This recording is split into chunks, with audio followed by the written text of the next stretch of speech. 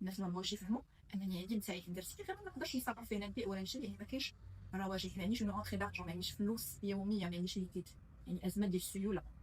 اما الا جينا نشوفوا في الورق راه فعلا حتى انا راني كنعتبر من الاغنياء اونتر كيم، ولكن راه ما عنديش باش ندير المازوت، ما عنديش باش نعيش، ما عنديش باش. دونك داكشي علاش نزلت في السوشيال ميديا باش على الاقل نحافظ على ديك الصوره وداك المستوى المعيشي ديالي اللي كنت عايشه فيه قبل الفراغ.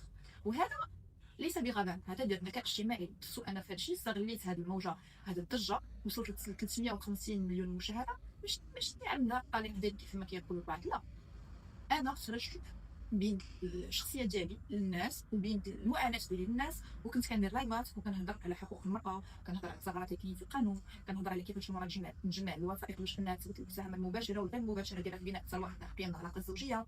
يعني شحال من نقط الناس استافدوا معايا بزاف، وما تيلاوني هذا كيتلاقاوني يقول لك لا كنتبعوك في اللايفات ديالك. للاسف فئه قليله آه، كنقول لك حكا طيحتي النيفو، طلعتي مع بوستر فيديو ونشر الزبيده والملولي وجو سي با كوا وطيحتي النيفو. هذاك ما كنتسناش طيح النيفو، هذاك سي دي كولابوراسيون تما طلعت معاهم باش نطلع المشاهدات. الناس وكاله بجنون كانت اون بيرسون ما معروفاش اكس وشان، حتى وليت اشهر السيدات اللي معروفين في المغرب. كيفاش درت هذه القفزه النوعيه؟